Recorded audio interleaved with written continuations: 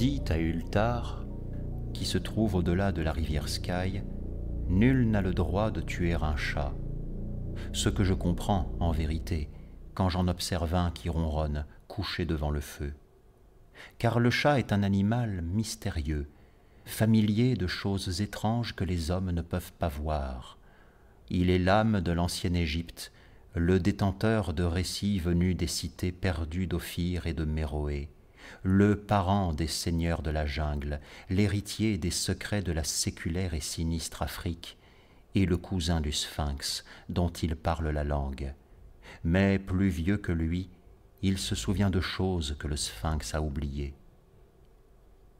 À Ultar, bien avant que les notables interdisent le meurtre des chats, vivait un vieux paysan et sa femme, qui prenaient grand plaisir à capturer et à tuer tous ceux de leurs voisins. Je ne sais pourquoi ils agissaient ainsi, mais il est vrai que beaucoup de gens détestent entendre les chats miauler la nuit, et s'offusquent qu'au crépuscule, ils courent furtivement dans les cours et les jardins. Quoi qu'il en soit, le vieil homme et son épouse se plaisaient fort à s'emparer de tout félin qui s'approchait de leur masure, et, à en juger par les bruits qu'on entendait la nuit venue, de nombreux villageois conjecturaient que la mise à mort devait être particulièrement originale. Mais ils n'abordaient pas ces questions avec les deux vieux, à cause de l'expression qu'on lisait sur leurs visages fanés, et également parce que leur chaumière, aussi minuscule qu'obscure, restait cachée sous de grands chênes, derrière un terrain en friche. À dire vrai, les propriétaires des chats les détestaient, mais les redoutaient plus encore. Et, au lieu de les traiter d'assassins, se bornaient à prendre garde qu'aucun chasseur de souris n'aille aux environs du taudis dissimulé là-bas sous les arbres ténébreux. Quand une fatale négligence entraînait la disparition de l'un d'eux, et que certains bruits se faisaient entendre dans la nuit, le possesseur de l'animal se lamentait, impuissant, ou se consolait, en remerciant le destin que l'un de ses enfants ne se fût pas éclipsé de la même manière. Car les habitants d'Ultar étaient des gens simples et ne savaient même pas ce qu'il advenait des chats. Un jour, une étrange caravane de nomades venus du sud pénétra dans les étroites rues pavées de la ville. Ils étaient noirs de peau et très différents des vagabonds qui traversaient le village de fois l'an. Sur la place du marché, ils dirent la bonne aventure pour quelques pièces d'argent et achetèrent aux marchands des perles de couleurs vives. Personne ne savait d'où ils venaient, mais ils psalmodiaient des prières inconnues, et les parois de leurs roulottes étaient peintes de figures bizarres, aux corps d'hommes surmontés de têtes de chats, de faucons, de béliers et de lions. Et le chef de la caravane portait un chapeau orné de 2 cornes, entre lesquelles reposait un disque curieux. Il y avait dans cette singulière caravane un enfant sans père ni mère, qui n'avait plus à chérir qu'un petit chaton noir. La peste ne s'était pas montrée tendre avec lui, mais il avait quand même laissé cette petite boule de poil pour adoucir son chagrin. Et quand on est très jeune, on peut se consoler au spectacle des joyeuses facéties d'un chaton noir. Aussi le petit garçon, que le peuple à peau sombre appelait Ménès, riait-il plus qu'il ne pleurait, assis avec le gracieux animal sur les marches d'une roulotte aux peintures bizarres. Les nomades étaient à Ultar depuis 3 jours quand, un matin, Ménès ne put retrouver son chat. Comme il pleurait à grands cris sur la place du marché, des villageois lui parlèrent du vieillard et de sa femme, et des bruits entendus durant la nuit. Quand il apprit cela, ses pleurs cédèrent la place à la réflexion, et pour finir, à la prière.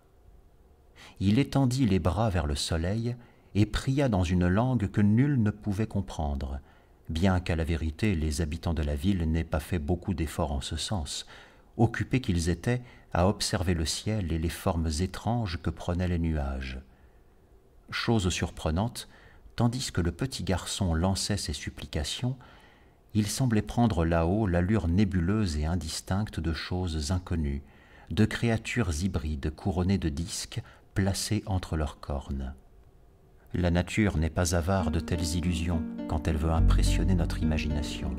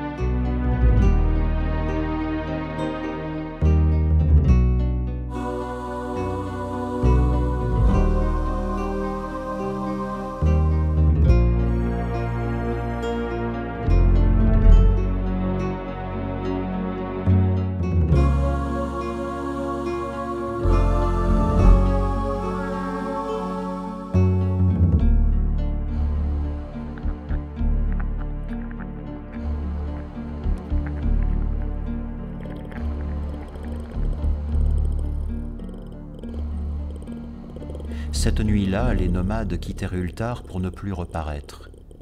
Les chefs de famille s'inquiétèrent en constatant que, dans tout le village, il était impossible de trouver le moindre chat.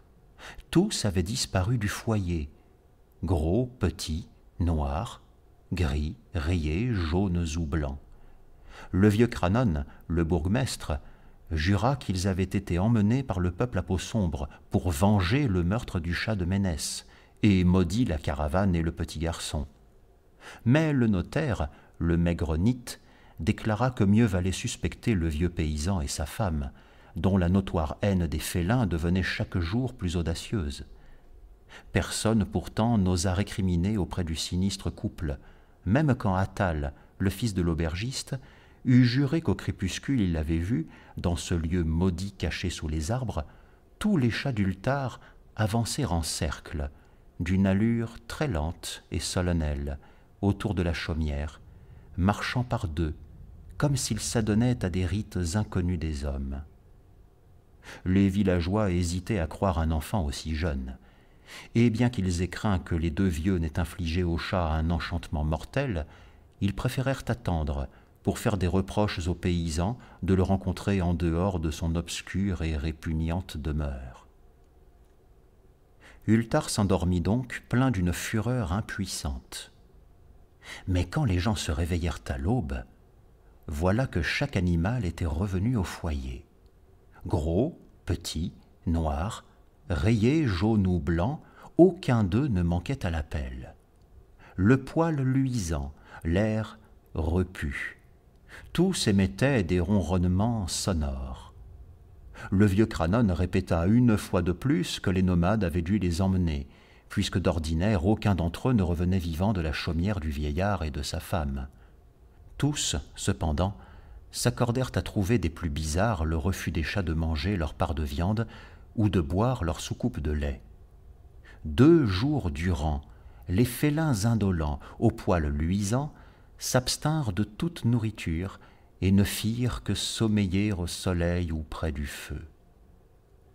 Une semaine entière passa avant que les villageois se rendent compte qu'aucune lumière n'apparaissait plus le soir aux fenêtres de la chaumière dissimulée sous les arbres. Le maigre Nit fit alors remarquer que personne n'avait vu le vieil homme et sa femme depuis la nuit où les chats avaient disparu. La semaine suivante, le bourgmestre décida de surmonter ses craintes et d'aller à la demeure silencieuse pour voir ce qu'il en était. Il prit soin, cependant, de se faire accompagner de Chang, le forgeron, et de Tulle, le tailleur de pierre, pour qu'ils lui servent de témoins. Quand ils eurent forcé la porte, ils ne trouvèrent que 2 squelettes humains, parfaitement nettoyés, gisant sur le sol de terre battue, et un grand nombre d'étranges scarabées qui rampaient dans les sombres recoins de la pièce. Il s'ensuivit de longues discussions entre les notables d'Ultar.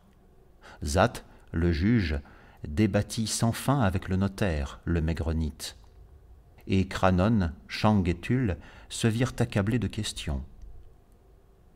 Même le fils de l'aubergiste, le petit Attal, fut interrogé en détail et reçut une sucrerie en récompense. Tous parlèrent du vieux paysan et de sa femme, de la caravane de nomades à la peau sombre, de Ménès et de son chaton noir, de ses prières et de l'aspect du ciel à ce moment-là, des rites auxquels s'adonnaient les chats la nuit où les nomades avaient quitté Ultar, et de ce qu'on avait trouvé plus tard dans la sordide demeure cachée sous les arbres ténébreux. Et pour finir, les notables édictèrent cette loi dont parlent les marchands d'Ateg et qu'évoquent les voyageurs de Nir, à savoir qu'à Ultar, nul n'a le droit de tuer un chat.